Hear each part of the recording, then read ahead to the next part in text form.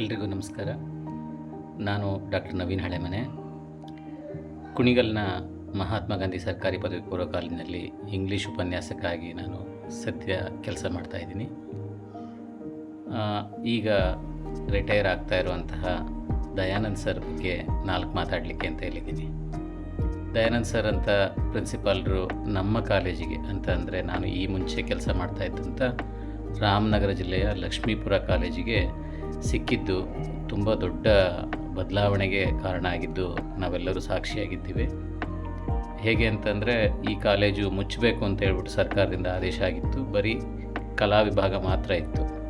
ಮುಚ್ಚುವಂಥ ಕಾಲೇಜಿಗೆ ಕಾಮರ್ಸ್ ಸೆಕ್ಷನನ್ನು ಸೇರಿಸ್ಕೊಂಡು ಅಲ್ಲಿಗೆ ಒಂದು ಪೋಸ್ಟನ್ನು ಸ್ಯಾಂಕ್ಷನ್ ಮಾಡಿಸ್ಕೊಂಡು ಅಲ್ಲಿಗೆ ಒಬ್ಬರು ಟ್ರಾನ್ಸ್ಫರ್ ಮಾಡ್ಕೊಂಡು ಬರೋ ಥರ ಮಾಡಿಕೊಂಡು ಆ ಕಾಲೇಜನ್ನು 19 ಸ್ಟ್ರೆಂತ್ ಇದ್ದಿದ್ದಂಥ ಒಂದು ಕಾಲೇಜು ಮುಚ್ಚಿ ಹೋಗಬೇಕಾಗಿತ್ತು ಅಂತ ಆರ್ಡ್ರ್ ಇದ್ದಂಥ ಕಾಲೇಜನ್ನು ಆ ಆರ್ಡ್ರನ್ನ ಕ್ಯಾನ್ಸಲ್ ಮಾಡಿಸಿ ಆ ಕಾಲೇಜು 106 ಸ್ಟ್ರೆಂತ್ ಆಗೋವರೆಗೂ ಒಂದು 4 ವರ್ಷದಲ್ಲಿ ಅಷ್ಟು ಡೆವಲಪ್ ಮಾಡಿದಂಥ ಕೀರ್ತಿ ದಯಾನಂದ್ ಸರ್ ಅವ್ರಿಗೆ ಸಲ್ಲಬೇಕಾಗುತ್ತೆ. ಯಾಕೆ ಅಂತಂದರೆ ಇದರ ಜೊತೆಯಲ್ಲಿ 13 ಕಾಲೇಜುಗಳು ಮುಚ್ಚಬೇಕು ಅಂತ ಆದೇಶ ಆಗಿದ್ದು ಬಹುಶಃ ಇಷ್ಟು ಮಟ್ಟಿಗೆ ಬೆಳೆದು ಉಳಿಯೋದಕ್ಕೆ ಕಾರಣ ದಯಾನಂದ್ ಸರ್ ಅವರೇ ಅಂತ ನಾನು ಹೇಳ್ತೀನಿ. ಏಕೆ ಅಂತಂದರೆ ಅವರು ಮಕ್ಕಳನ್ನು ಅಪ್ರೋಚ್ ಮಾಡಿದಂಥ ರೀತಿ, ನಾವು ಪೋಷಕರನ್ನು ಕನ್ವಿನ್ಸ್ ಮಾಡಲಿಕ್ಕೆ ಹೋದಾಗ ನಮ್ಮ ಜೊತೆಗೆ ಬಂದು ಯಾಕೆ ನಮ್ಮ ಕಾಲೇಜಿಗೆ ಸೇರಬೇಕು ಅಂತ ಹೇಳ್ತಾ ಇದ್ದಂಥದ್ದು, ಟೌನ್ನಿಂದ ಬಂದು ನಮ್ಮ ಕಾಲೇಜಿಗೆ ಅಡ್ಮಿಷನ್ ಆಗಬೇಕು ಅಂತ ಹೇಳ್ಬಿಟ್ಟು ಕನ್ವಿನ್ಸ್ ಮಾಡಿ ನಾವು ಅದರ ಸಕ್ಸಸ್ ಆದ್ವಿ. ರಾಮನಗರ ಮತ್ತು ಮಾಗಡಿಯಿಂದ ಬಹುತೇಕ ಸಮಾನ ಡಿಸ್ಟೆನ್ಸಲ್ಲಿದ್ದಂತಹ ಈ ಕಾಲೇಜನ್ನು ಅವರು ಎಷ್ಟು ಚೆನ್ನಾಗಿ ಬೆಳೆಸಿದರು ಅಂತ ಅಂದರೆ, ಮಕ್ಕಳಲ್ಲಿ ಕಲೆ, ಕ್ರೀಡೆ, ಸ್ಪರ್ಧಾತ್ಮಕ ಪರೀಕ್ಷೆಗಳಲ್ಲಿ ಪಾಸಾಗಲಿಕ್ಕೆ ಬೇಕಾಗುವಂಥ ಸಲಹೆಗಳು, ಎಲ್ಲ ರೀತಿಯ ಸರ್ವತೋಮುಖ ಬೆಳವಣಿಗೆಗೆ ಅವರು ಕಾರಣರಾದರು. ದಯಾನಂದ್ ಸರ್ ಅವ್ರ ಬಗ್ಗೆ ಇನ್ನೂ ಹೇಳಬೇಕು ಅಂತಂದರೆ, ಅವ್ರದ್ದು ಸೌಮ್ಯ ನಾಯಕತ್ವದ ಗುಣ ಅಂತ ನಾನು ಹೇಳ್ತೀನಿ. ಏಕೆ ಅಂತಂದರೆ ಅವ್ರು ಯಾರ ಮೇಲಾದರೂ ಕೂಗಾಡಿ, ಹೆದರಿಸಿ, ಬೆದರಿಸಿ ಕೆಲಸ ಮಾಡಿಸಿದ್ದನ್ನು ನಾನು ಜೀವನದಲ್ಲಿ ನೋಡಿಲ್ಲ. ನನಗೆ ಸಿಕ್ಕಿದಷ್ಟು ದಿನಗಳಲ್ಲೂ ಕೂಡ ಅವ್ರು ತುಂಬ ಕಾಮಾಗಿಯೇ ವರ್ತಿಸ್ತಾ ಇದ್ದರು. ಆದರೆ ಎಲ್ಲ ಕೆಲಸಗಳು ಆಗಬೇಕು ಅಂತ ಏನಿತ್ತು ಅದನ್ನ ಆಗೋ ಥರ ನೋಡ್ಕೋತಾ ಇದ್ದರು. ಅವರೊಂದು ಚೆಸ್ ಪ್ಲೇಯರ್ ಥರ ಯಾವ ಉಪನ್ಯಾಸಕರನ್ನು, ಅವರ ಸ್ಕಿಲ್ಗಳನ್ನು ಯಾವ ವಿಷಯಗಳಿಗೆ ಬಳಸಿ ನಮ್ಮ ವಿದ್ಯಾರ್ಥಿಗಳಿಗೆ ಮತ್ತು ಕಾಲೇಜಿಗೆ ಒಳಿತಾಗೋ ಥರ ನಾವು ನೋಡ್ಕೋಬೋದು ಅನ್ನೋದನ್ನು ಅವರು ತುಂಬ ಚೆನ್ನಾಗಿ ಗ್ರಹಿಸಿದರು. ಪ್ರೈವೇಟ್ ಕಾಲೇಜಿನಿಂದ ತುಂಬ ಕಷ್ಟಪಟ್ಟು ವರ್ಕ್ ಮಾಡ್ಕೊಂಡು ನಾವು ಇಲ್ಲಿ ಬಂದು ಸ್ವಲ್ಪ ಆರಾಮಾಗಿ ಸರ್ಕಾರಿ ಕಾಲೇಜಿನಲ್ಲಿ ಸೇರ್ಕೊಂಡ್ಮೇಲೆ ಅದನ್ನು ಹೇಗೆ ಬಳಸ್ಕೋಬೇಕು ನಮ್ಮ ಸ್ಕಿಲ್ಗಳನ್ನು ಅನ್ನೋದನ್ನು ಅವ್ರು ಚೆನ್ನಾಗಿ ಅರ್ಥಕೊಂಡಿದ್ರು. ಒಂದು ಕಾಲೇಜಿಗೆ, ಒಂದು ಚಿಕ್ಕ ಹಳ್ಳಿಯ ಕಾಲೇಜಿಗೆ, ಒಂದು ಹಳ್ಳಿಯ ಚಿಕ್ಕ ಕಾಲೇಜಿಗೆ ಒಂದು ಕಾಲೇಜಿನ ಬ್ರೋಷರ್ ಮಾಡಬೇಕು ಅನ್ನೋಂಥ ಐಡಿಯಾ ಅವ್ರದ್ದಾಗಿತ್ತು. ನಮ್ಮದು ಮಾಡಿದ ಮೇಲೆ ನಾವು ಬೇರೆ ಜಿಲ್ಲಾ ಕೇಂದ್ರಗಳಲ್ಲಿ ಕೂಡ ಅದನ್ನು ಮಾದರಿಯಾಗಿ ಇಟ್ಕೊಂಡು ಮಾಡಲಿಕ್ಕೆ ಶುರು ಮಾಡಿದ್ರು.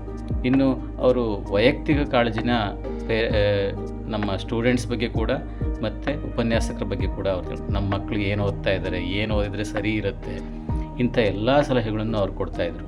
ಅವರು ಹೇಳಿದಂಥ ಒಂದು ದೊಡ್ಡ ಸತ್ಯ ಅಂತಂದರೆ, ಯಾವುದೇ ಹುಡುಗರಾದರೂ ಕೂಡ ಅವರು ಮುಂದೆ ಜೀವನದಲ್ಲಿ ಸೆಟ್ಲ್ ಆಗೋದಕ್ಕೆ ಏನು ಬೇಕೋ ಅಷ್ಟು ಮಾಡ್ಕೋತಾರೆ.